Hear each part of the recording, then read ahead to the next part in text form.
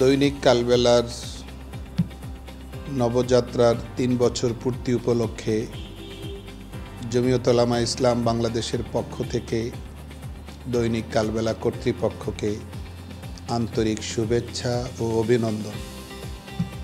বস্তুনিষ্ঠ সংবাদ পরিবেশনের জায়গা থেকে আমরা অন্তর থেকে প্রত্যাশা করি কালবেলা এক্ষেত্রে যথাযথ ভূমিকায় অবতীর্ণ হবে।